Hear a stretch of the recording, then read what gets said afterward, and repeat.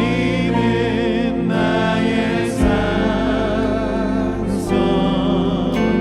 주님은 나의 요새, 주님은 나의 소망, 나의 힘이 되신 여호와. 우리 한 번 더 고백합니다. 아무것도 두려워 말라. 아무것도 두려워 말라. 주 나의 하나님이 지켜주시네. 놀라지 마라, 놀라지 마라, 겁내지 마라, 겁내지 마라. 주님 나를 지켜주시네. 내 맘이 힘에 겨워, 내 맘이 힘에 겨워 지칠지라도 주님 나를 지켜주시네. 세상에 험한 듯한 몰아칠 때도 주님 나를 지켜주시네. 주님은 나의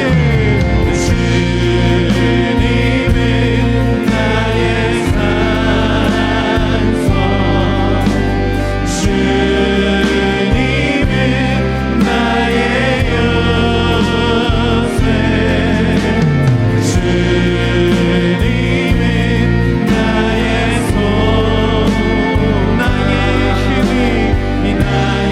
힘이 되시고, 주님은 나의 산성, 주님은 나의 산, 주님은 나의 요새, 주님은 나의 주님은 나의 소망이십니다.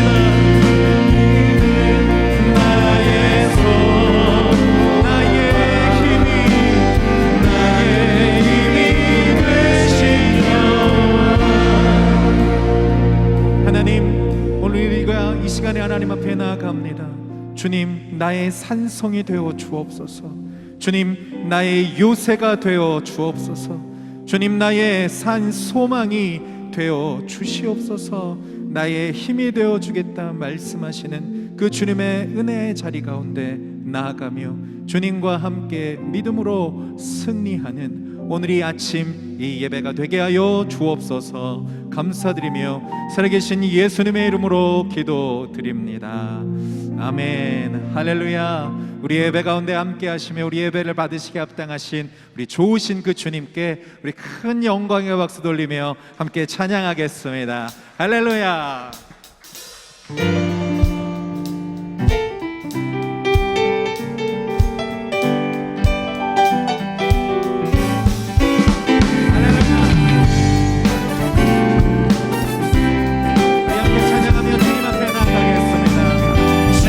친절한 발에 안기십시다.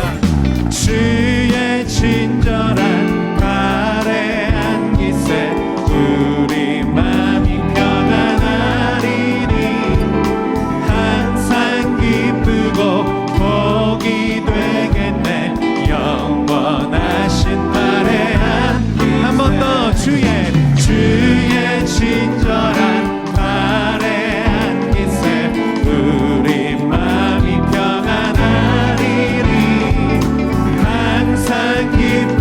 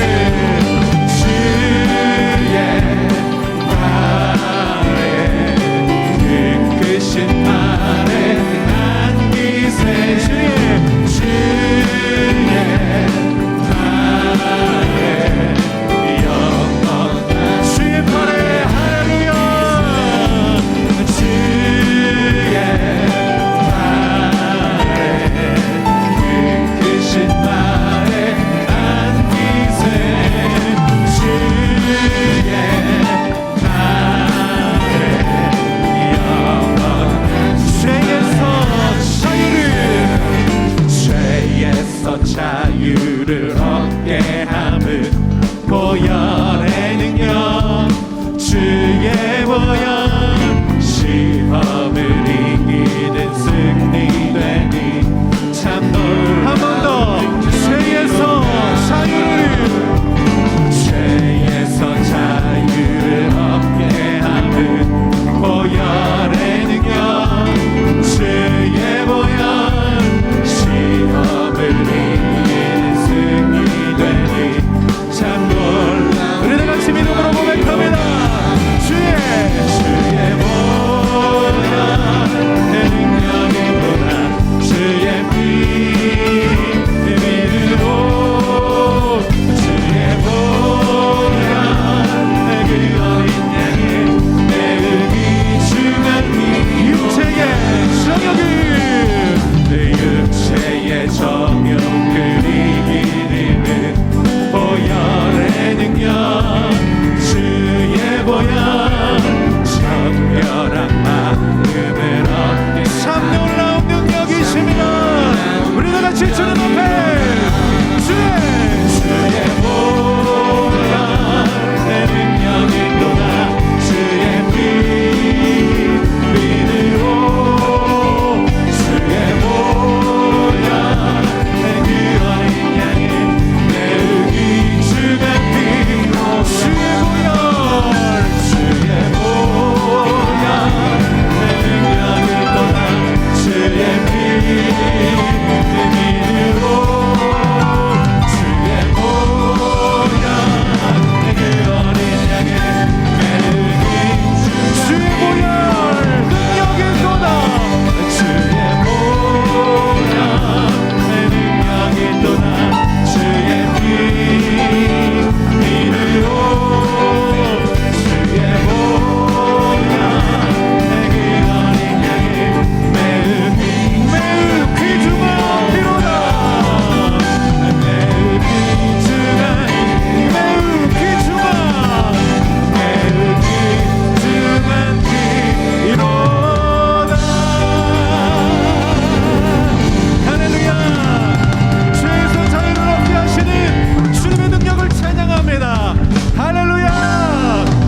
큰 영광의 박수 돌리겠습니다.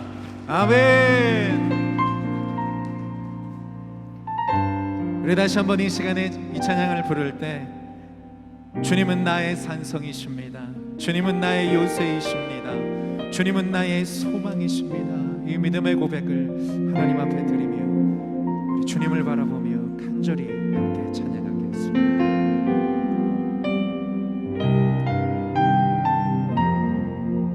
아무것도 두려워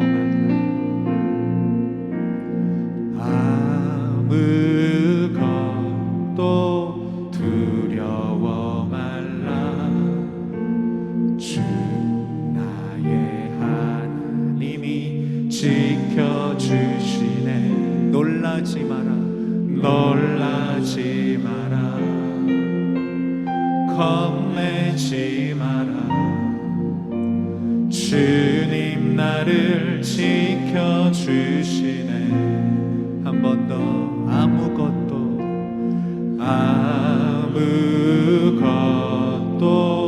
두려워 말라 주 나의 하나님이 지켜주시네 놀라지 마라 놀라지 마라 겁내지 마라 주님 나를 지켜주시네 내 맘이 힘에 겨워 내 맘이 힘에 겨워 지칠지라도 주님 나를 지켜주시네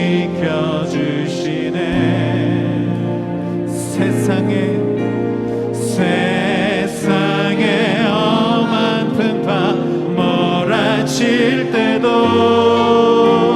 주님 나를 지켜주시네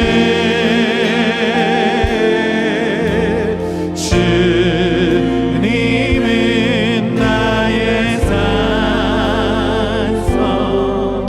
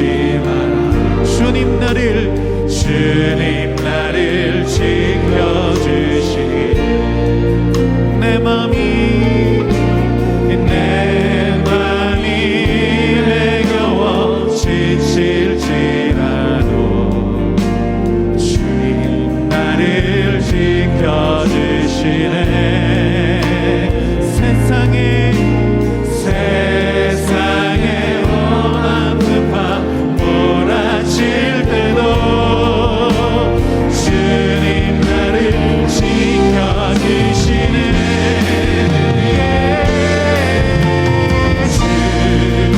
주님은 나의 산, 주님은 나의 주님은 나의 영, 주님은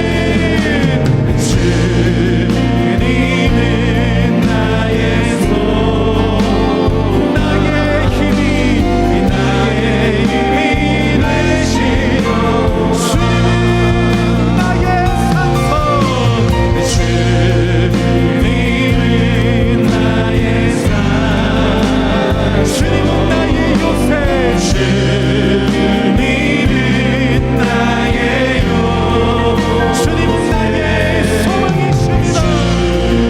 주님은 나의 손, 나의 힘이 우리 영혼도 고백하면서 주님은 나의 산성, 주님은 나의 산, 주님은 나의 영,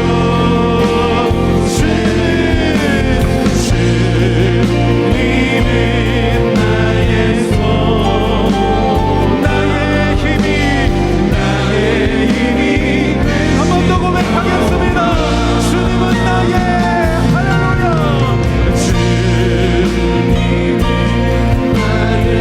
주님은 나의 요새이십니다. 주님은 나의 영,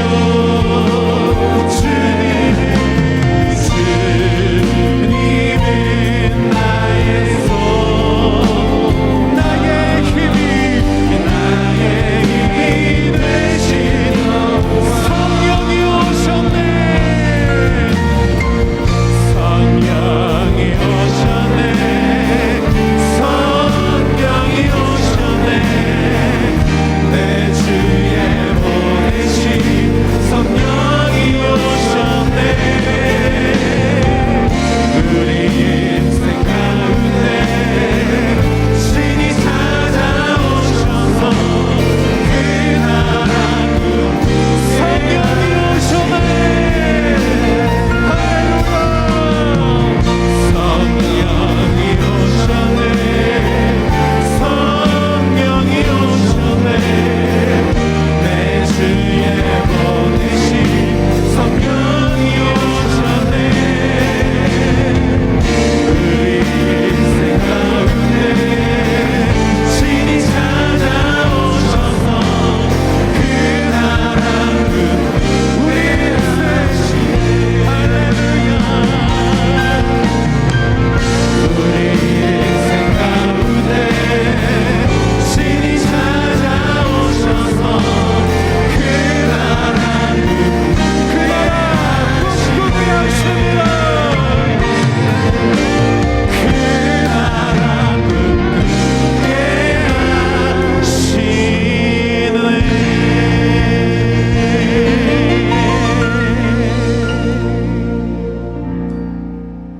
하시네. 사랑과 자비가 풍성하신 하나님 아버지, 우리에게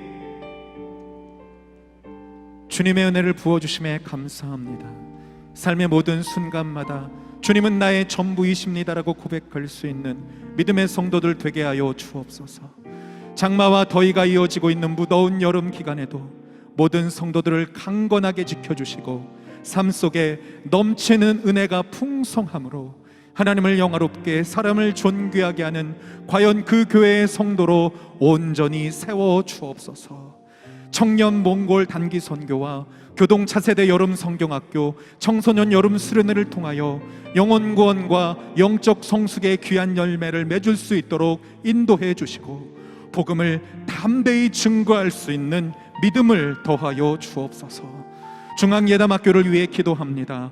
여름방학 동안 모든 학생들과 선생님들이 하나님의 말씀 앞에 머물며 주님을 더 깊이 있게 만나는 은혜를 부어주시고 9월에 있는 입학 설명회를 준비하며 많은 예비 학생들과 학부모들이 참여할 수 있도록 인도하여 주옵소서. 교회 리더로 세워주신 고명진 담임 목사님을 축복하시고 하나님의 마음을 담대히 전할 수 있는 선지자적 사명을 감당케 하여 주옵소서. 오늘 선포하시는 말씀을 통하여 중앙의 모든 성도들이 믿음으로 결단하는 은혜의 시간이 되게 하여 주시옵소서. 주님 앞에 정성 다해 예물 드리는 성도들의 귀한 마음을 받아주시고 삶 속에 주님의 큰 은혜로 채워 주옵소서. 이 예물이 쓰여지는 곳마다 주님의 나라와 영광을 위해 사용하여 주옵소서. 이 모든 말씀 살아계신 우리 주 예수 그리스도의 이름으로 기도드립니다. 아멘.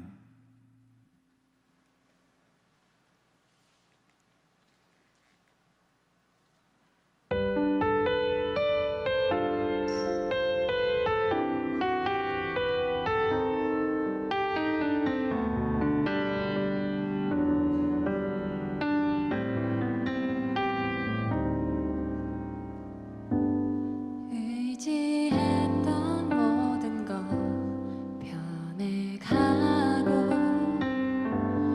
억울한 마음은 커져가네. 부끄럼 없이 살고 싶은 나 주님 아시네.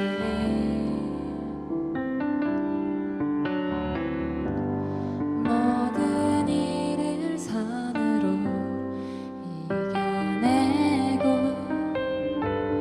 죄의 유혹을 따르지 않네. 나를 구원하신 영원한 그 사랑 그 신근에 날 붙드시네.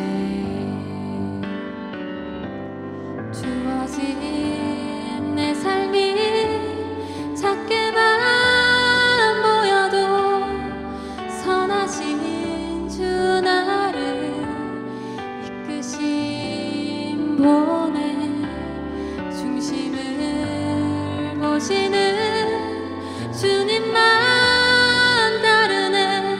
날 택하신 주만 의지해. 보이는 상황에 무너질지라도 예수는 여기 나를 붙드네. 보이지 않아도 주님만 다르네. 내 평생 주님을 노래하리라.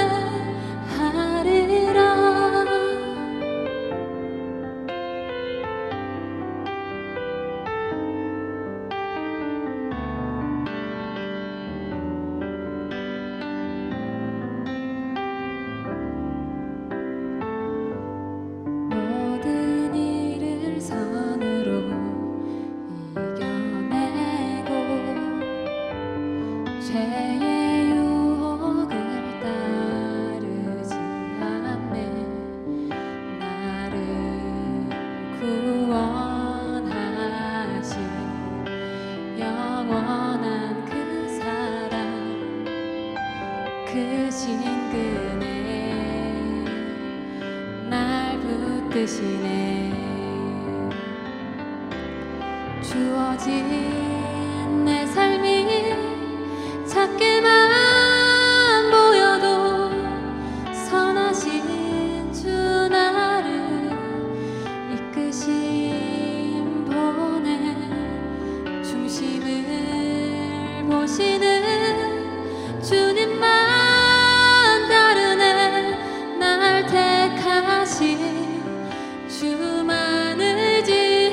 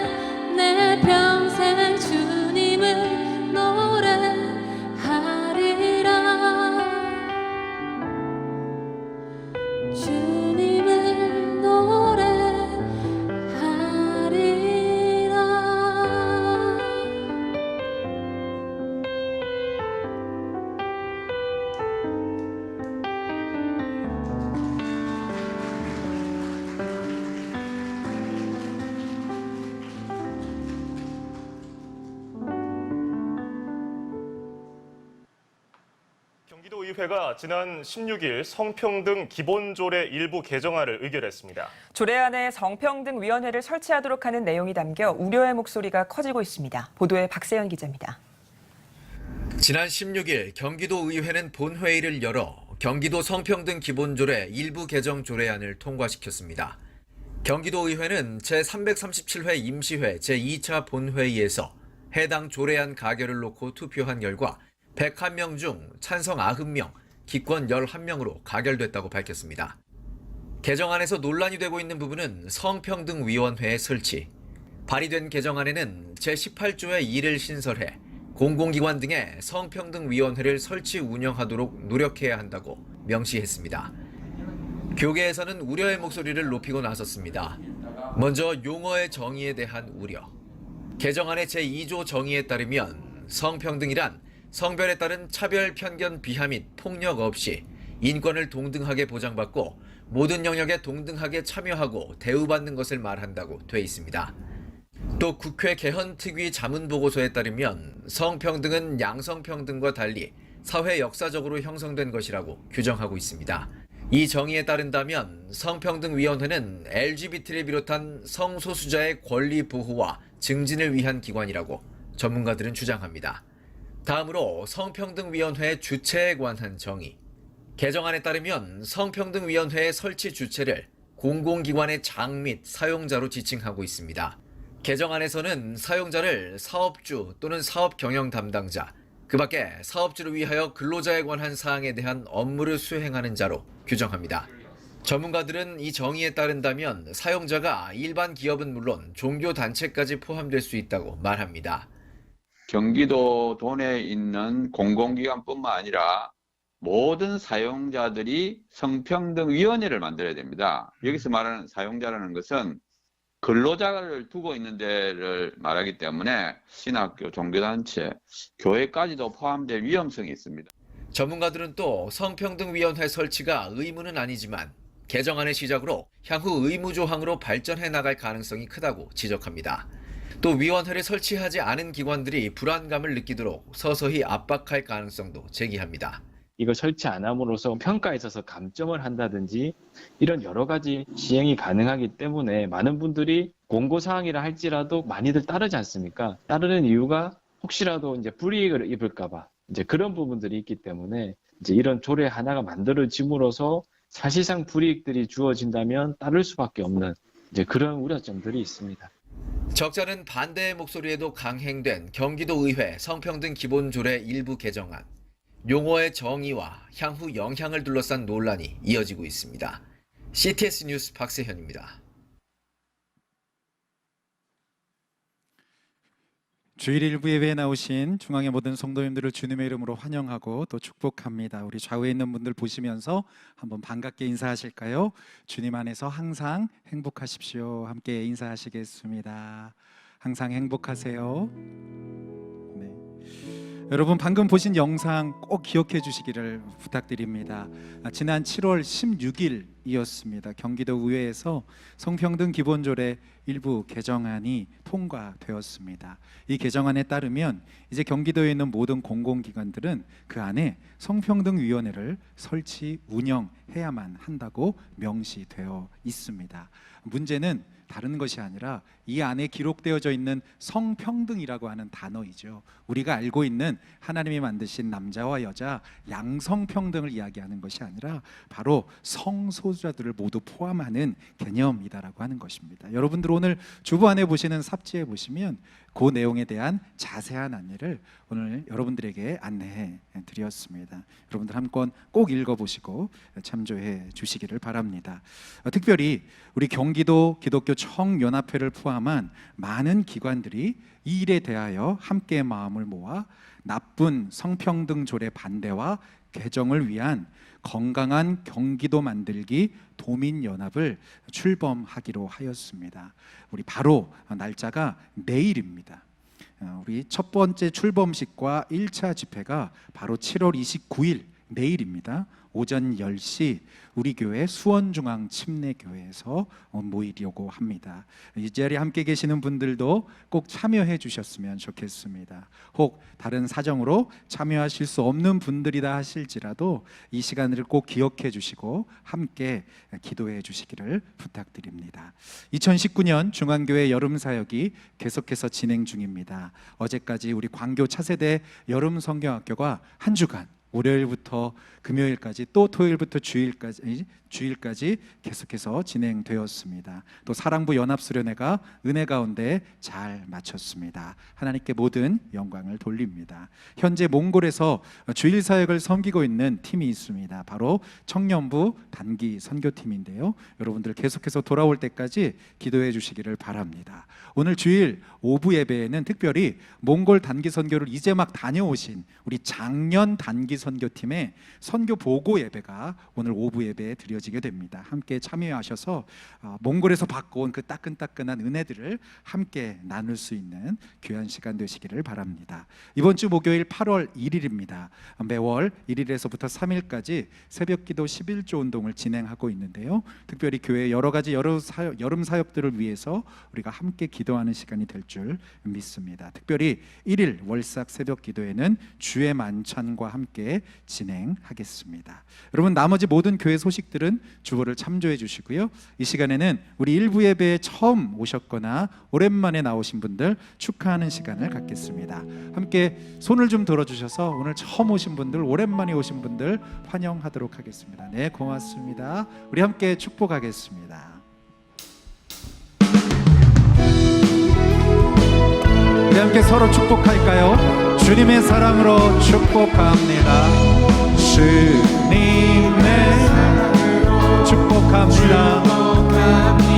주님의 이름으로 주님의 이름으로 환영합니다. 영원하신 사랑 안에 기쁨 누리세요. 축복합니다. 주님의 이름으로 축복합니다. 축복합니다. 오늘 우리에게 주시는 하나님의 말씀 함께 읽겠습니다. 다니엘 2장 14절에서 19절의 말씀 함께 봉독합니다. 왕의 12대 장관 아리옥이 바벨론 박사들을 죽이러 나가매 다니엘이 명철하고 슬기로운 말로 왕의 장관 아리옥에게 물어 가로되 왕의 명령이 어찌 그리 급하뇨? 아리옥이 그 일을 다니엘에게 고하매 다니엘이 들어가서 왕께 구하기를 기한하여 주시면 왕에게 그 해석을 보여드리겠다 하니라.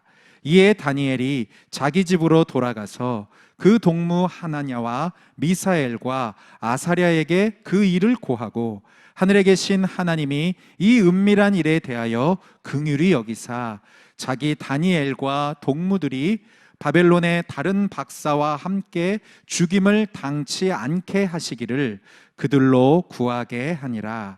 이에 이 은밀한 것이 밤의 이상으로 다니엘에게 나타나 보임에 다니엘이 하늘에 계신 하나님을 찬송하니라. 아멘. 이 시간 위기 극복의 비결이란 제목으로 담임 목사님 말씀 전하실 때 큰 은혜 받으시기 바랍니다. 할렐루야, 반갑습니다. 네. 중복이 지나고 대서, 가장 더운 날이 대서라고 그러는데 대서가 지났지만 아직 지리한 장마가 계속되고 있습니다. 폭염의 시간이 아직도 많이 남아있는데 특별히 여름철에 여러분 모두가 건강하시기를 주님의 이름으로 축복합니다. 참으로 사랑했던 첫사랑의 여인이 세상을 떠나자 크게 좌절하고 실망한 한 청년이 있었습니다. 사별로 시련한 상처를 달래기 위해 정계에 투신하고 얼마나 몰입하였던지 상당한 지위와 명성을 얻었지만 곧 추한 정치 게임에 휘말려 누명을 썼습니다. 그는 결국 고향인 이태리의 피렌체를 떠날 수밖에 없었습니다. 사랑도 정치도 그의 삶마저 실패한 고독한 방랑길에 들어선 그는 어느 날 밤 하늘을 바라보며 꿈을 꾸기 시작했습니다. 그는 자기가 진정 사랑했던 여인인 베아트리체가 그의 꿈속에 나타나 영원한 안식의 세계로 자신을 안내하는 그런 꿈을 꿉니다. 그리고 그는 피를 들어서 그가 꾼 꿈을 글로 옮기기 시작했습니다. 산고 끝에 탄생한 장편의 서사시가 우리가 바로 그렇게 유명하게 알고 있는 신곡, 단테의 신곡입니다. 그렇습니다. 하나의 꿈이 인생 전부가 아닙니다. 하나님이 우리에게 주시는 꿈들은 밤하늘의 별만큼 많은데 그 중에 꿈 하나가 떨어졌다 해서 내 인생을 좌절하고 절망 가운데 포기한다면 그보다 어리석은 일은 없을 것입니다. 내일의 꿈을 포기하지 마십시오. 하나의 꿈을 잃고 고통스러워하는 그때야말로 바로 다시금 찬란한 꿈을 꾸어야 할 창조적인 시간이 아닐까 생각합니다. 겸손히 주님 앞에 무릎을 꿇고 머리를 조아리며 주님께서 반드시 우리를 선한 길로 인도하여 주시고 오늘의 위기 가운데서 내일의 찬란한 삶을 허락해 주실 줄로 믿습니다. 하나님께서 우리에게 허락한 삶의 길이 동안에 위기가 없는 사람은 아무도 없습니다. 잠깐 한번 여쭤보겠습니다. 나는 오늘까지 살아오면서 위기를 단 한 번도 경험해 보지 못했다. 위기를 당한 적이 없다. 혹시 그런 분 계십니까? 어제 태어난 사람 말고. 혹시 나는 큰 위기 없이 오늘까지 살아왔다면 어쩌면 내일 그 위기가 우리에게 다가올지도 모르겠습니다. 다른 말로 말하면 하나님이 만드신 인간의 삶에는 반드시 위기가 있다는 뜻입니다. 하나님은 위기 없는 인간을 이 땅에 살도록 만드신 적이 없다, 그런 말입니다. 수많은 위기가 있습니다. 지금 현재 대한민국의 가장 큰 위기가 뭐예요?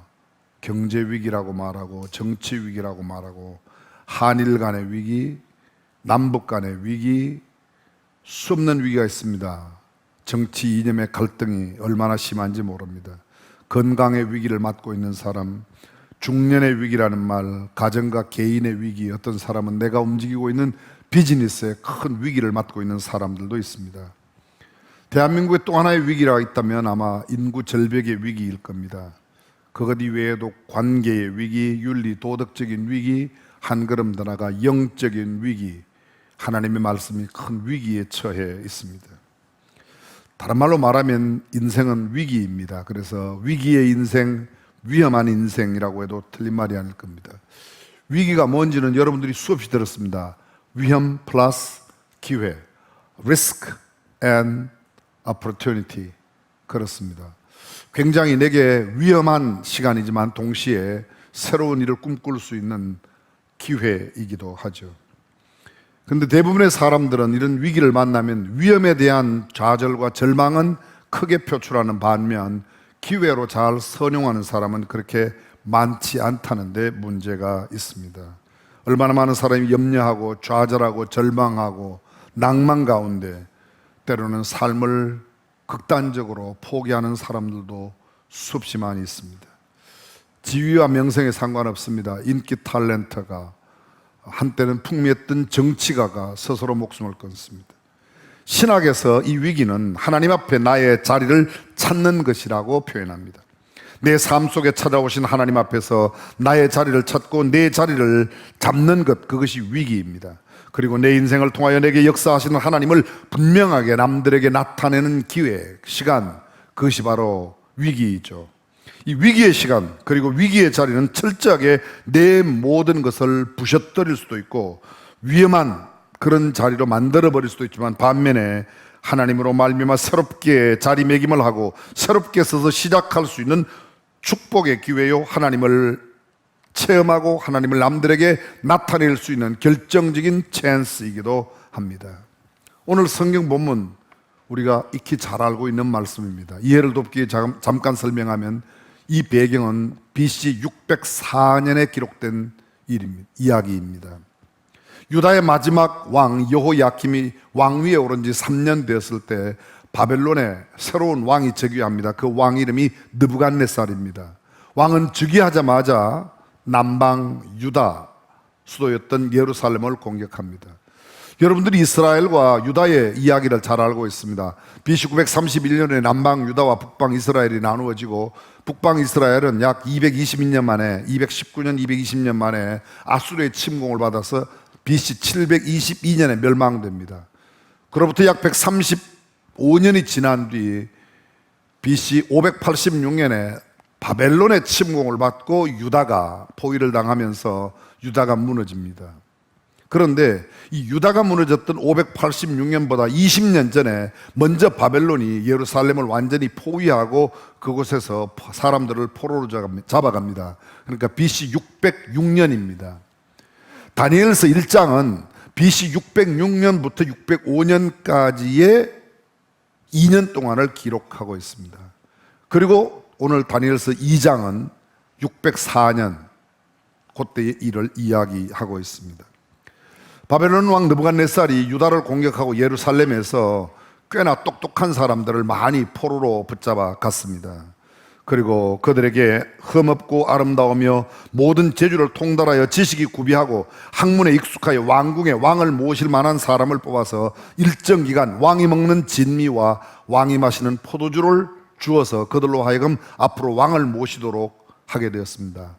근데 유다에서 포로로 붙잡혀온 사람 가운데 여러분이 잘 아는 다니엘, 그걸 바벨론식으로 이름을 벨드사살이라고 바꾸죠. 그리고 하나냐와 미사엘과 아사랴, 이 사람들은 사드락, 메삭, 아벳느고라고 하는 이름으로 바꾸어서 그 4명이 특별히 뽑은 사람 가운데 있었습니다. 환관장 아스브나스라고 하는 사람이, 환관장, 이 사람들을 돌보는 그런 사람인데, 이 사람들에게 왕이 먹는 고기를 주고 왕이 먹는 포도주를 마시게 하려고 할 때 다니엘이 뜻을 정합니다.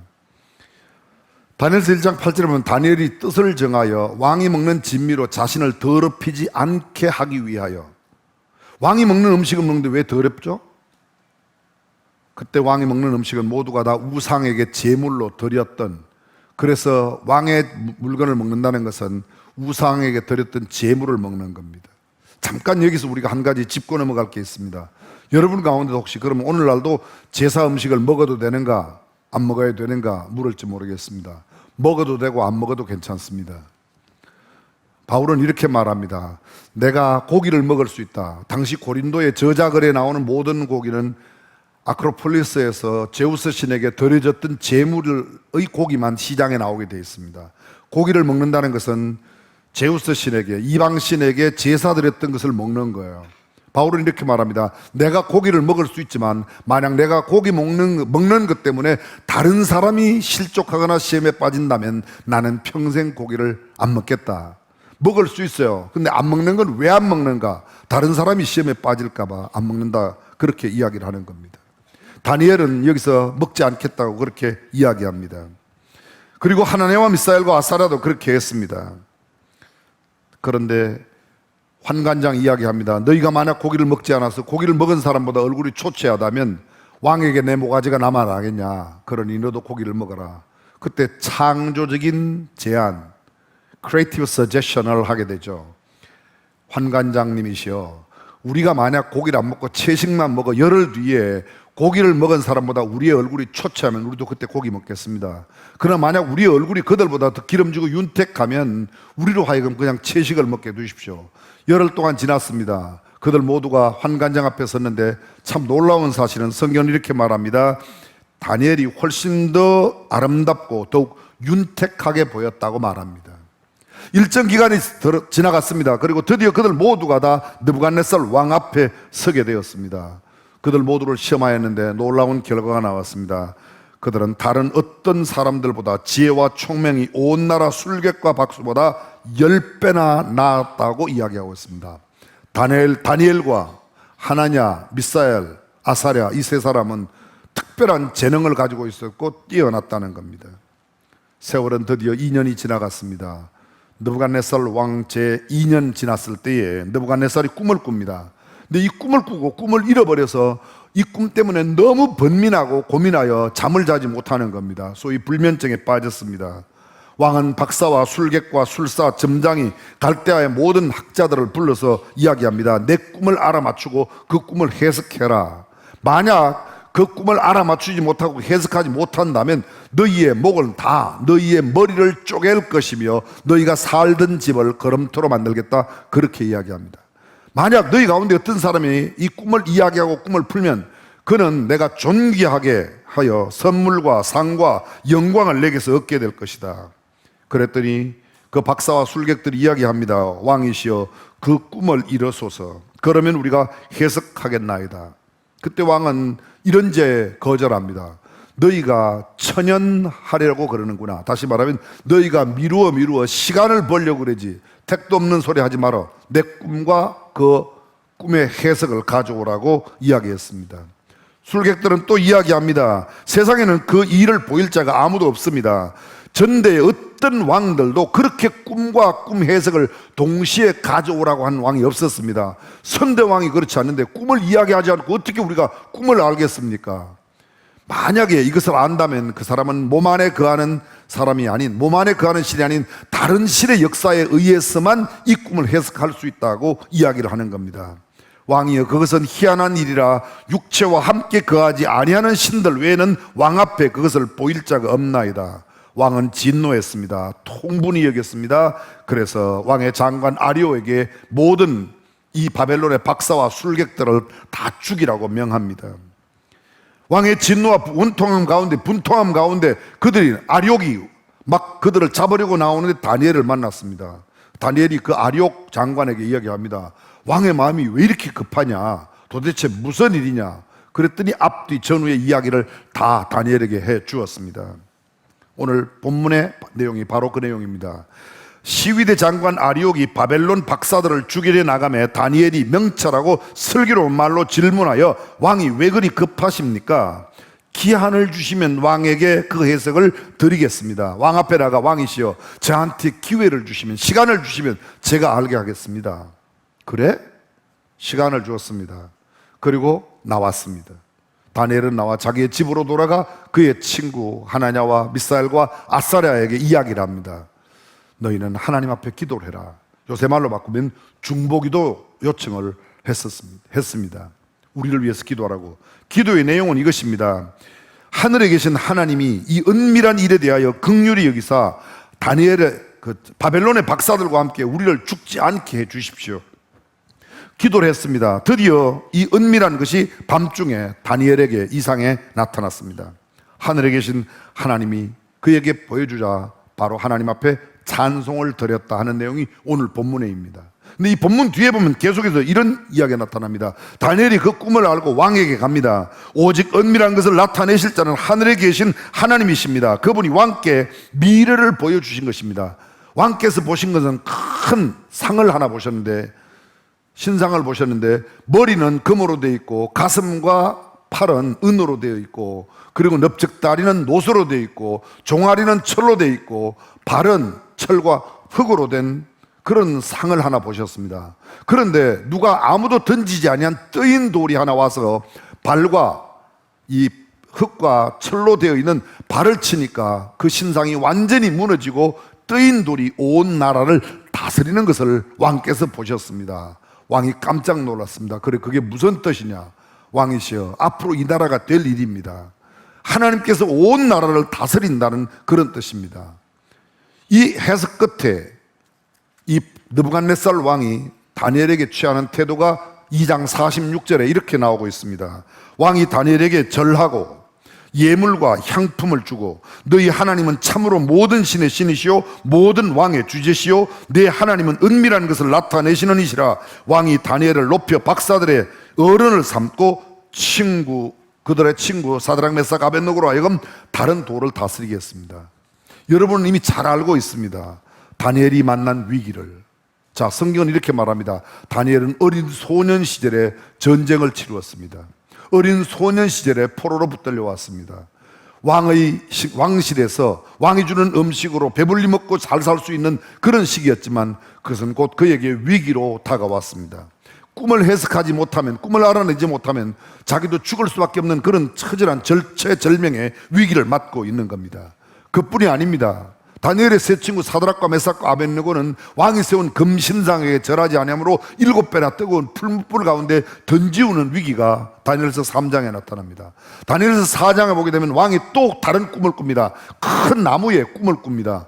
그것도 해석 못하면 난립니다. 다니엘은 그 꿈을 해석했습니다.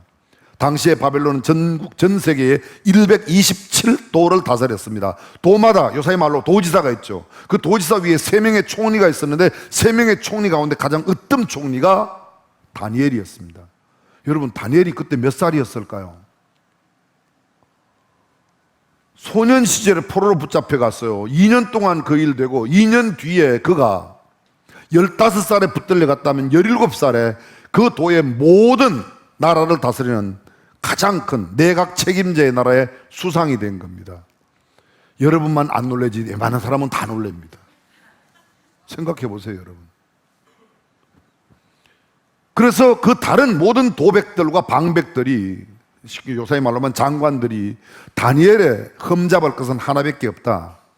어떤 메대와 바사의 법으로는 잡을 수가 없다. 저 사람의 신앙을 꼬투리 잡지 않으면 안 된다. 그래서 왕에게 가서 신하들이 이야기를 합니다. 왕이시여, 왕이 앞으로 한 달 동안 왕이나 왕이 섬기는 신 외에 다른 신들에게 절을 하거나 기도하는 사람은 있다면 사자굴 속에 던져 넣으십시오. 왕은 너무 좋게 여겼습니다. 그래서 왕이 그 조서에 의인을 찍었습니다. 성경은 이렇게 말합니다. 다니엘이 그 조서에 의인이 찍힌 것을 알고도 집으로 돌아가 하루에 3번씩 예루살렘을 향하여 창문을 열어놓고 기도했다고 말했습니다. 여러분, 이게 얼마나 위기입니까? 인간적으로 생각하면 이렇게 생각할 수 있어요. 소나기는 올 때는 피해가는 거야. 뭐 꼭 창문을 열고 기도해야 되나? 이불 속에서 혼자 기도해도 하나님께서 들으시겠지. 그러나 다니엘은 그렇게 하지 않았습니다. 다니엘은 사자굴 속에 던질 것을 각오했습니다. 내 몸을 이미 포기했습니다. 그러기에 이렇게 말하는 겁니다. 내가 사자굴 속에 가겠다. 그러니까 문을 열고 3번 기도하는 겁니다. 결국은 다니엘은 사자굴 속에 던짐을 당합니다. 왕이 울면서 사자굴에 던져놓고 이튿날 아침 날도 밝아오기 전에 가장 먼저 궁금해서 왕이 사자굴에 갑니다. 다니엘아, 다니엘아, 너의 사시는 하나님이 너의 생명을 구하기에 능하셨느냐? 근데 사자굴 속에서 소리가 들립니다. 왕이시여, 만세수를 하옵소서. 나의 승기는 나의 하나님이 사자의 입에서 나를 보호하셨습니다. 왕이 너무 깜짝 놀라 빨리 다니엘을 끄집어내라고 그러고 다니엘을 모함했던 사람들을 사자굴 속에 집어 던져 넣으라고 그랬습니다. 근데 성경은 이렇게 말합니다. 그들의 몸이 사자굴 바닥에 떨어지기 전에 그 사자가 그들을 다 삼켰다고 이야기합니다. 어젯밤에 다니엘에게는 폭신한 털리브를 제공했던 그 사자가 그들의 대적을 다 집어삼킨 겁니다. 여러분, 우리는 흔히 이렇게 이야기해요. 하나님, 우리 아들 다니엘처럼 되게 해주십시오. 생각 좀 하고 기도 좀 하세요. 요셉처럼 되게 해주세요. 생각 좀 하고 기도하세요. 내 아들을 감옥소로 뇌로 팔려가도 괜찮다고 생각되는 마음이 들을 때 그런 기도하는 거예요. 내 아들을 사자굴 속에 보내도 괜찮다, 꿈을 해석 못하면 죽어도 괜찮다고 하는 마음이 들 때 하나님, 내 아들을 다니엘처럼 되게 해주세요. 그렇게 기도하는 거예요. 그냥 다니엘이 되는 게 아닙니다. 그냥 요셉이 되는 게 아니에요. 성경 속에 있는 모든 위대한 사람들을 보십시오. 그들 모두가 한결같이 위기를 겪었던 사람이에요. 태어나서 위기를 한 번도 겪지 않은 사람은 아무도 없습니다. 아무도 없습니다. 오늘까지 겪지 않았다면 내일 우리가 또 겪을 거예요. 반드시. 그래서 위기를 얼마나 잘 이겨내느냐 하는 게 중요합니다. 여러분, 최초의 가정이 아담과 하와의 가정입니다. 아담과 하와는 범죄했습니다. 에덴 동산에서 쫓겨나는 위기를 맞았습니다. 열심히 일해야 먹고 사는 인류 최초의 범죄자로서의 낙인 찍혔습니다. 그들의 아들 가인과 아벨은 형제간에 죽이는 비극적인 역사, 첫 살인의 현장을 그들이 목도해야만 했었습니다. 얼마나 위기인지 모릅니다. 노아, 대단한 사람입니다.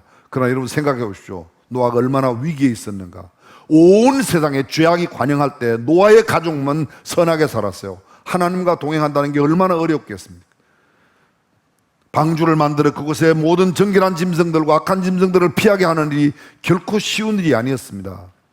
노아는 그 이후 방주에서 나와서 포도주, 술을 먹고 취하여 버섯 몸으로 잡니다. 그 아들들이 셈은 그것을 보고 가렸지만 함은 그것을 보고 형제들에게 비웃어 그는 아주 비운의 그런 삶을 살게 되죠. 우리가 잘 알고 있는 믿음의 조상 아브라함, 대단한 것 같죠? 그는 자기의 본향을 떠나야만 했습니다. 하란에서 그가 살고 싶었지만 아버지가 죽자 하란을 또 떠납니다. 그때 나이가 75세예요.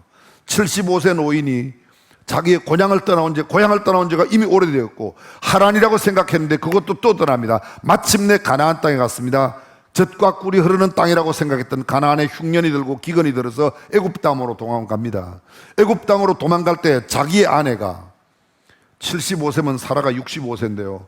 뭐 얼마나 이쁘다고 나보기에 그대는 너무 아름다우니까 내 동생이라고 그래라. 가가지고 애굽 왕에게 자기의 마누라를 빼앗기는 절체절명의 위기를 맞습니다.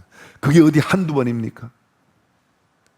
자기의 아들을 낳고 그것도 친아들이 아닌 첩을 얻어 낳은 아들, 그리고 훗날 99세 때 그가 100세가 되면서 진짜 자기의 적자로 이삭을 얻습니다. 근데 이스마엘과 이삭 사이에 갈등이 있습니다. 생각해 보시오. 그 첩의 소생을 쫓아내는 그런 상황, 우리가 필설로 할 수 없는 수많은 위기가 아브라함에게 있었습니다. 아브라함만 그렇습니까? 이삭은 어떠합니까? 이삭 보십시오. 아브라함이 겪었던 위기가 이삭에게 똑같이 찾아왔어요. 아브라함에게는 그 이삭을 잡아들이라고 합니다. 이스마엘도 쫓아냈는데 이삭은 젊은 나이에 아버지와 함께 모리아산에 가 제물로 죽을 뻔했었습니다. 우리는 그 이삭이 순종의 사람이라고 말하지만 이삭은 우물만 팔면 사람들에게 와서 쫓겨났습니다. 수없는 위기를 겪었습니다. 이삭이 낳았던 쌍둥이 아들 야곱과 에서가 어떠합니까? 그들은 형제를 속이고 복을 가로챕니다. 형은 같은 쌍둥이 동생 야곱을 죽이려고 난리가 났습니다. 외갓집이자 나중에 처갓집이 되는 곳으로 20년 동안 그가 도피한 생활. 성경에 보면 위기를 겪지 않은 인물이 아무도 없습니다. 이 짧은 시간, 여러분 모세를 아십니까? 모세가 태어날 때 모든 사내 아이들은 나일강 하수에 버림을 당할 때였습니다. 근데 그 부모가 석 달 동안 그를 숨깁니다. 얼마나 위기 상황이에요. 왕궁에서 40년, 광야에서 양치는 40년, 지도자로서의 40년 가운데 위기 아닌 것이 없었습니다. 그 수많은 위기, 수많은 선지자들과 왕들과 제사장들의 이야기 모두가 다 위기의 역사입니다. 그런데 그 위기를 이겨낸 사람, 그 사람은 성경에 위대한 인물로 남아있고, 위기를 이겨내지 못한 사람은 정말로 비참하게 삶을 마감했습니다. 일반적으로 심리학이나 일반 사회학에서 위기를 만날 때 사람들이 보이는 반응을 이렇게 이야기합니다. 정신과 의사 토마스 홈스가 이야기하는 대로 얘기하면 첫 번째 단계는 왜 다른 사람들은 다 괜찮은데 나만 이런 위기를 만날까? 잘못된 생각입니다, 여러분. 우리가 아까 동의했습니다. 그 누구도 위기를 만나지 않는 사람은 없습니다. 나만 당하는 게 아니라 다른 사람은 어제 당하였거나 내일 또 당할 것입니다. 그래서 모두가 당하는 거예요. 근데 나만 당하는 것이라고 생각해요. 두 번째 단계는 내면에 분노가 쌓이는 겁니다. 이 위기가 너무 힘들어서 분노가 쌓여요. 세 번째 단계는 시간이 지나가서 그 분노가 어느 정도 사라지면 하나님께 이 문제를 해결해달라고, 아니면 내가 비는 어떤 신에게 문제를 해결해달라고 그렇게 빕니다. 기도하는 단계입니다. 네 번째, 그래도 잘 안 되면 심한 우울증을 겪습니다. 그러다가 어떤 날 그 우울증을 극복해내면 거기에 잘 수용하는 단계가 마지막 단계입니다. 그렇습니다. 잘 인내하고 견뎌내면 위기는 축복으로 다가오지만 그것을 잘 견뎌내지 못하면 위기는 내 삶에 아주 엄청난 피해를 주고 결국은 스스로 목숨을 끊는 경우도 있습니다. 우리가 잘 알고 있습니다. 유명한 탤런트가 왜 스스로 목숨을 끊죠? 한때 내로라는 정치가가 왜 스스로 목숨을 끊죠? 돈 많은 부자가 왜 그렇죠? 돈이, 명예가, 권세가, 사람들이 이야기하고 있는 그 인기가 위기의 문제를 해결할 수 없다는 겁니다. 1800년대 초 세관에 일하던 30대의 젊은 한 가정의 가장이 있었습니다. 무능하다는 이유로 그는 해고를 당합니다. 집에 돌아온 그는 자신을 인생의 실패자라고 낙인 찍고 아내 앞에서 푸념하며 말했습니다. 그때 소피아라고 하는 지혜로운 이 아내 여인은 그에게 이야기합니다. 아닙니다. 지금이야말로 당신이 그토록 원하셨던 그 일, 글을 쓰는 일을 할 수 있는 기회가 왔다고 글을 쓰라고 합니다. 그는 그때부터 열심히 글을 씁니다. 글에 몰두했고 10년 만에 드디어 집거 10년 만에 미국이 낳은 가장 위대한 작품으로 평가받는 주홍 글씨, 스칼렛 레터라고 하는 주홍 글씨를 남긴 나다나엘 호돈입니다. 우리가 잘 알고 있는 큰 바위 얼굴, 나다나엘 호돈의 작품이에요. 그는 수없이 많은 주옥 같은 글들을 많이 남겼습니다. 위기가 그에게 기회를 제공했던 겁니다. 많은 사람들이 위기를 기회라고 이야기합니다. 위험한 기회, risk and opportunity. 그러나 리스크만 생각하지 기회로 생각하지 않습니다. 그것을 잘 선용하지 못하기 때문에 정신과 전문의 에릭 린드맨 박사가 위기를 만났던 사람들을 대상으로 연구를 해서 그 결과를 발표했습니다. 85%의 사람들이 위기를 만나서 나쁜 습관을 고쳤고 부부관계를 회복했고 신앙을 갖게 되었고 시간과 물질을 절약하여 선하게 사용하는 새로운 인생의 전기를 만졌다고 하는 것을 연구했습니다. 다시 말하면요, 위기를 극복한 사람은 승리했다. 그 승리로운 사람들이 그렇게 많다는 겁니다. 2차 세계대전 당시에 독일군이 네덜란드를 점령했습니다. 헨리 그램 목사님, 심오하던 교회 회중들이 밤중에 몰래 목사관 사택을 찾아왔습니다. 목사님, 이때 우리는 어떻게 해야 합니까? 그때 이 그램 목사가 이렇게 대답합니다. 이럴 때 어떻게 해야 하느냐 하는 것은 내가 무엇을 해야 하는지를 질문은 내가 누구인지를 알면 자연히 결정된다. 그때 사람들이 얘기합니다. 나는 그리스도인입니다. 모두가 다 그렇게 고백합니다. 내가 그리스도인이라면 그리스도를 위하여 그리스도를 기뻐시게 하는 일을 하십시다. 그들이 저 유명한 DRM이라고 하는 소위 네덜란드 저항운동 단체를 조직하고 그 단체로 하여금 나라를 위기에서 구출해냅니다. 훗날 그 사람들이 네덜란드의 아주 위대한 일꾼들이 됩니다. 여러분, 네덜란드의 인구가 얼마죠? 네덜란드의 크기가 어느 정도 되죠? 여러분들의 눈빛은 지금 이렇게 말하고 있습니다. 빨리빨리 네가 이야기해라 묻지 말고. 예. 네덜란드 인구가 우리나라 3분의 1밖에 안 돼요. 네덜란드의 크기가 우리나라의 3분의 1입니다. 네덜란드의 세계 경제 규모가 몇이죠? 세계 5위입니다. 우리나라가 세계에서 6위까지 갔었어. 2017년도에 세계 무역 규모가 6위까지 갔어요. 경제 규모는 우리가 2017년도에 세계에서 12위까지 갔습니다. 네덜란드는요, 인구가 우리의 3분의 1이에요. 땅도 우리의 3분의 1이에요. 3분의 1 땅 가운데도 3분의 2가 네덜랜드야. 낮다, 랜드, 땅. 물보다 수면 낮습니다. 뚝이 없으면 바닷물이 그 땅의 3분의 1을 덮을 만큼이에요. 근데 네덜란드가 1년에 농업 수출이 얼마인지 아십니까? 360억 달러예요. 약간 놀라는 신용을 해주셔야 제가 안 놀랍니다. 엄청난 거죠, 여러분. 세계 경제 5위예요. 유명한 아브라함 카이프의 영향이 있지만 그들의 가장 저변에 있었던 것이 바로 이 DRM, 네덜란드 저항운동 하는 사람들이 있었다는 거예요. 그런 위기 상황 속에서 그들이 기도함으로 나라를 건져내고 그 나라를 세웠다는 겁니다.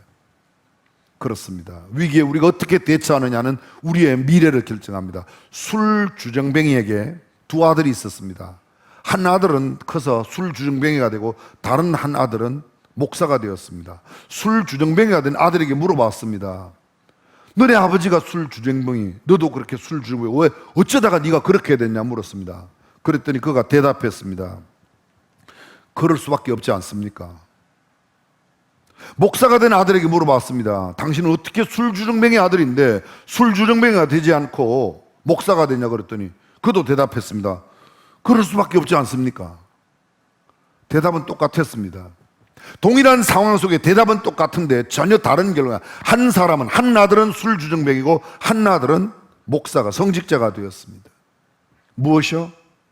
아버지가 술주정뱅이니까 나는 술주정뱅이가 될 수밖에 없다. 아버지가 술주정뱅이니까 나는 절대 술주정뱅이는 안 되겠다. 그들의 반응이 그들의 삶을 갈라놓은 겁니다.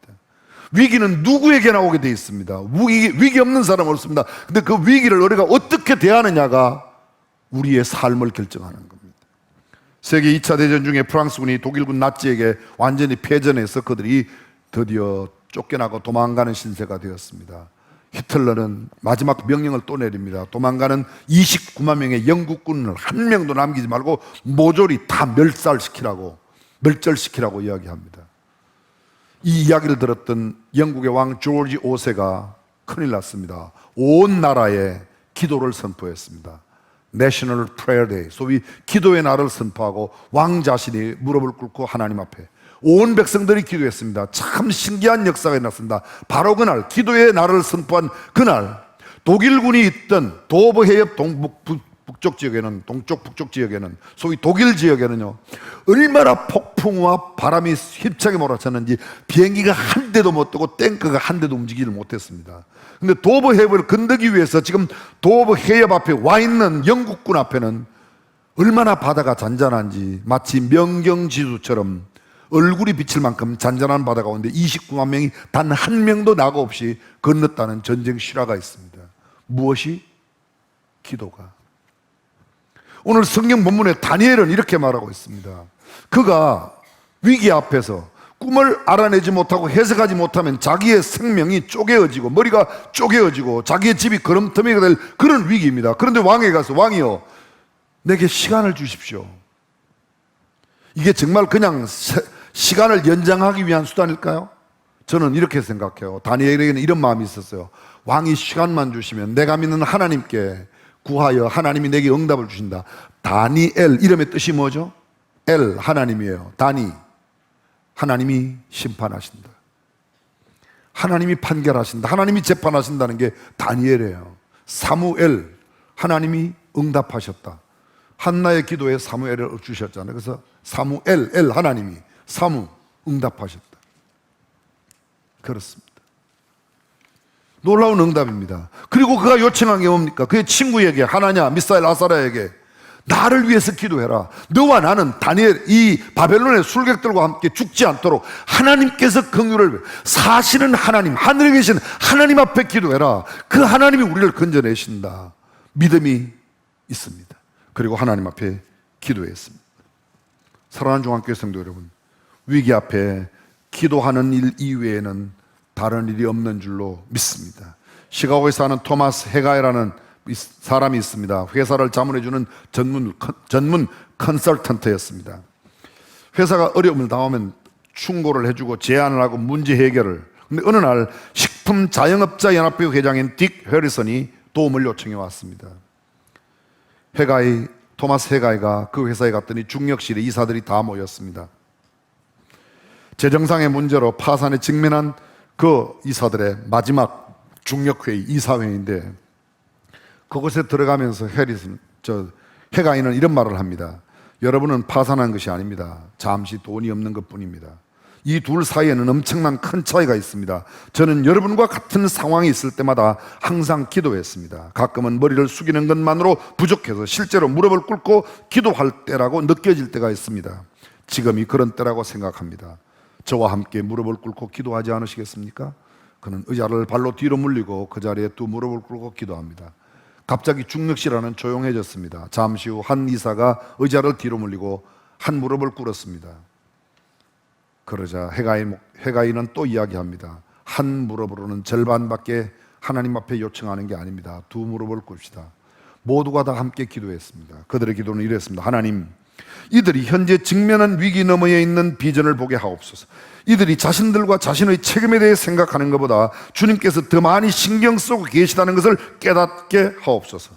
그 기도 후에 그 회사는 놀랍게 회생되고 위기를 극복해낼 수 있었다는 겁니다. 그렇습니다. 우리가 할 수 있는 일 한 가지가 있습니다. 조국의 문제를 안고 우리 경제를 안고 우리 정치를 안고 우리 가정, 우리 교회, 우리 공동체, 내가 몸담고 있는 회사와 내가 몸담고 있는 그런 모임과 단체를 위해서 하나님 앞에 무릎을 꿇고 기도하면 주께서 선하게 인도하여 주실 줄로 믿습니다. 그 방법밖에 없어요. 그 방법이 있어요. 기도는 열린 문도 열어낼 수 있습니다. 오늘 저와 여러분들이 인간적인 어떤 방법보다 오해하지 마세요.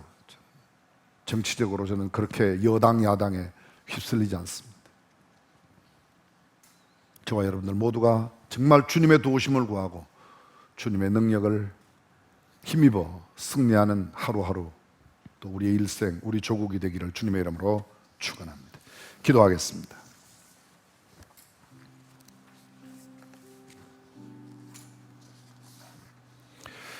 인생을 살아가면서 뜻하지 않은 위기가 무수히 닥칩니다. 때로는 좌절시키고 우리의 삶을 짓밟는 것 같고 어찌해야 할 바를 모르고 힘들어 고통 가운데 울부짖을 때가 한두 번이 아닙니다.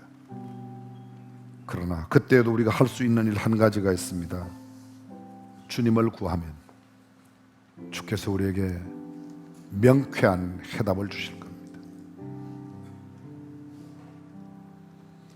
어렵고 힘들 때 위기 앞에서 무릎을 내냈던 역사 속의 하나님의 사람, 성경 속의 하나님의 사람들처럼 우리도 주님의 도우심을 구하는 하나님의 사람이 되었으면 좋겠습니다. 이 시간 우리가 그러한 결심과 각오를 주님 앞에 올리면 좋겠습니다.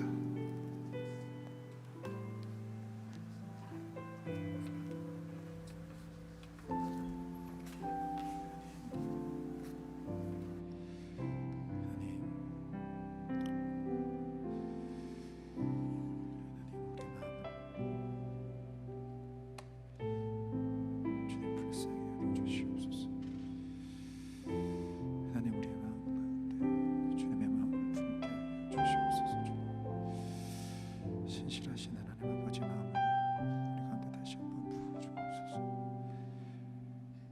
하나님 우리의 마음을 주님 앞에 드리게 하여 주옵소서.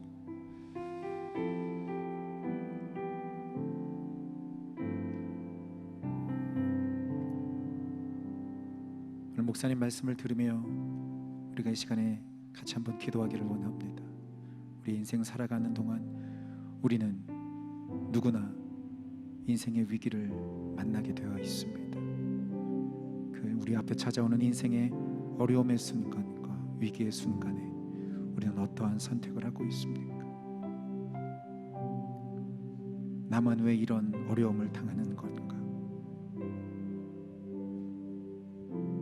낙심하고 낙담하고 좌절하고 불평하고 있지는 않으십니까?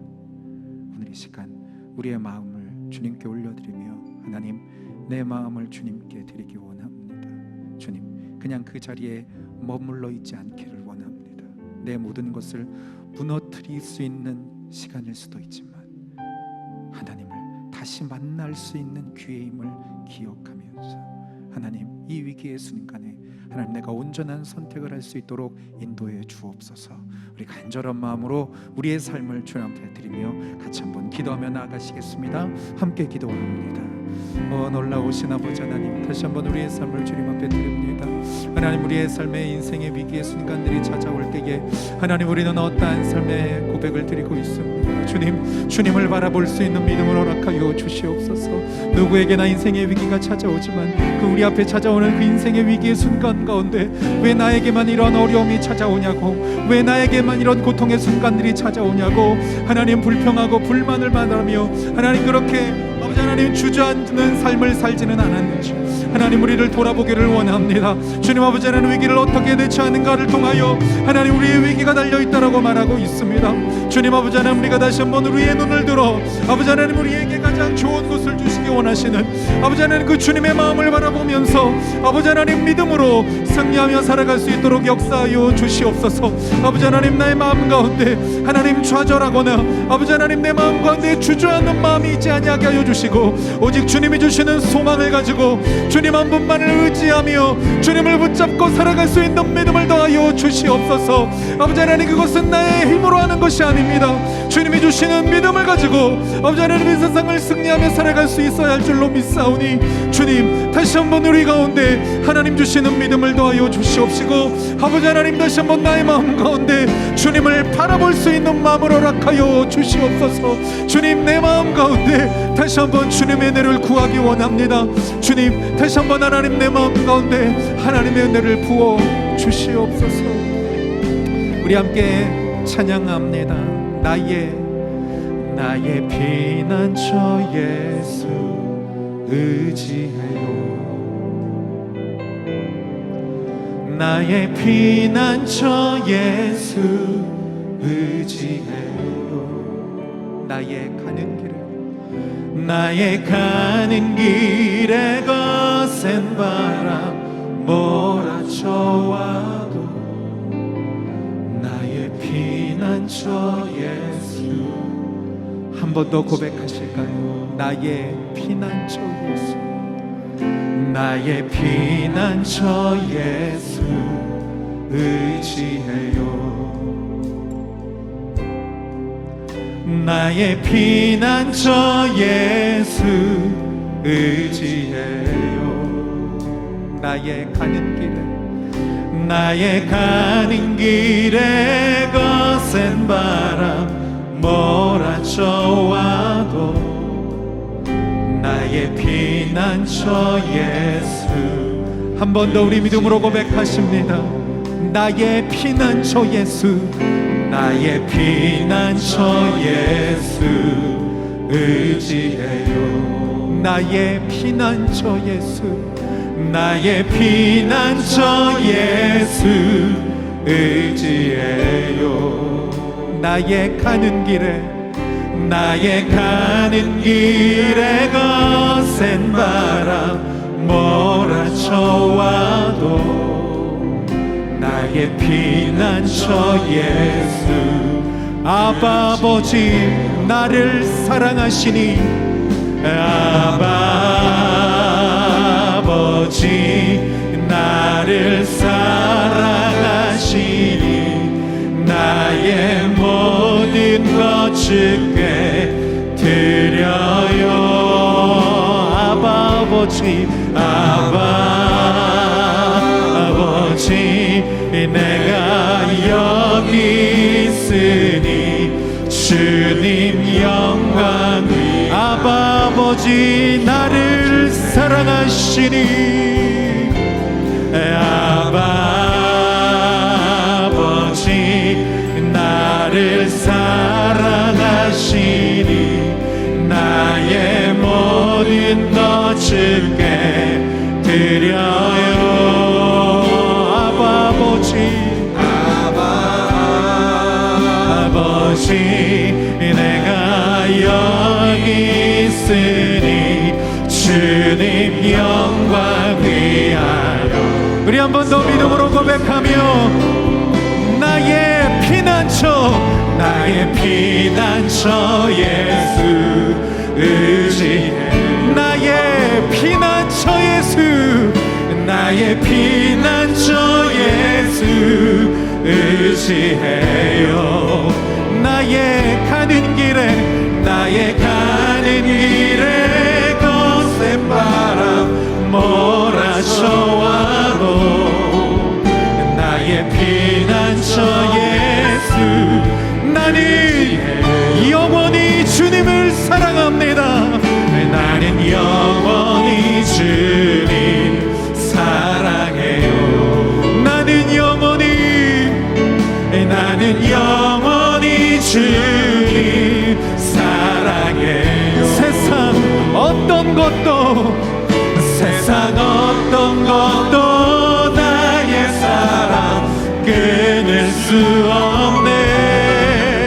나는 영원히 주님 사랑해. 아바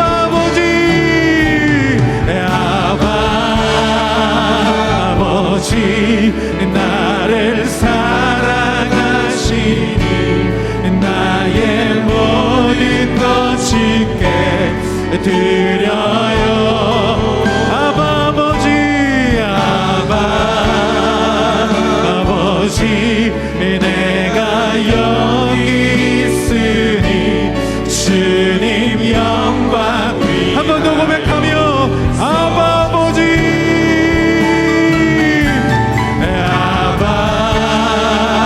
아버지 나를 사랑하시니 나의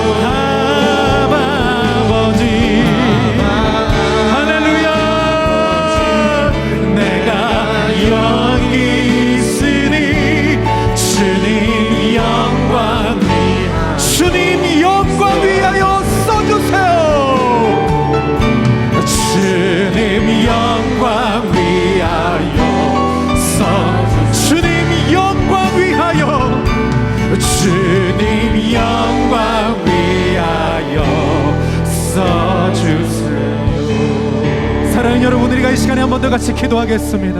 하나님, 이 시간에 기도할 때 위기 너머에 계시는 하나님을 바라보십시다. 위기 너머에 계시는 하나님의 그 꿈을 바라보십시다. 나를 향한, 나의 가정을 향한, 우리 교회를 향한, 나의 일터를 향한, 또 우리 사랑하는 조국 대한민국을 향한, 온 세계와 열방을 향한 하나님의 그 꿈을 바라보십시다. 하나님, 위기를 넘게 하여 주옵소서. 다니엘과 같이 이 위기에 넘어지는 자가 아니라 하나님, 다니엘처럼 하나님, 우리는 이 위기를 뛰어넘어 하나님의 그 크신 일을 바라볼 수 있는 믿음을 도하여 주옵소서. 우리 간절한 마음으로 주님의 이름을 한번 부르짖으며 같이 기도하며 나아가시겠습니다. 주여,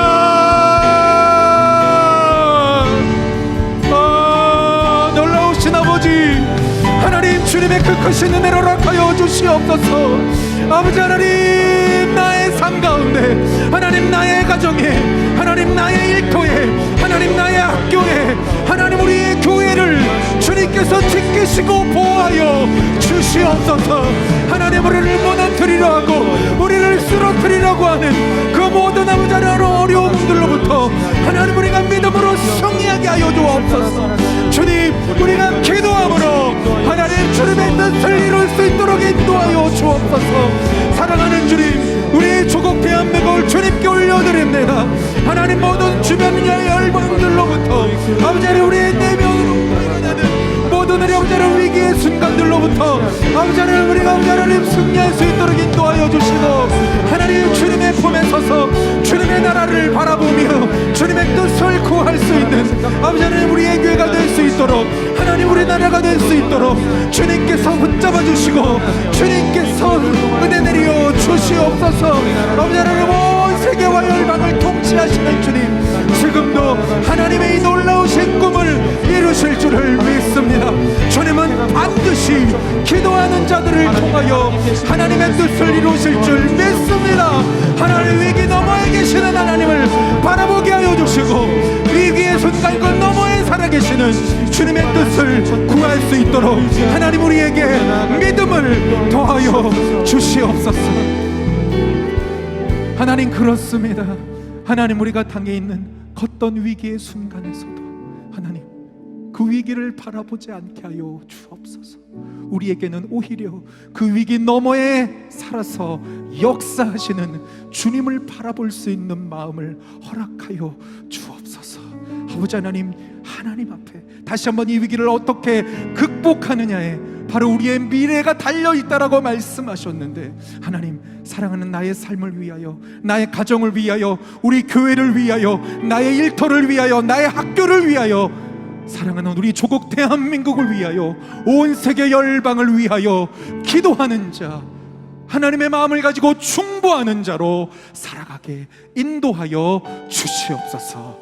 지금은 예수 그리스도의 놀라우신 은혜와 하나님 아버지의 사랑하심과 성령의 내주 교통하시는 역사하심이 우리 앞에 다가오는 삶의 위기의 순간에도 다니엘과 같은 믿음으로 주님의 도우심을 구하며 주님 앞에 나아가 기도하기를 원하는 사랑하는 중앙의 모든 성도들과 그들의 가정과 자녀와 일터와 학교와 직장과 조국 대한민국 위에 이제부터 영원토록 함께 하시기를 간절히 축원하옵나이다. 아멘.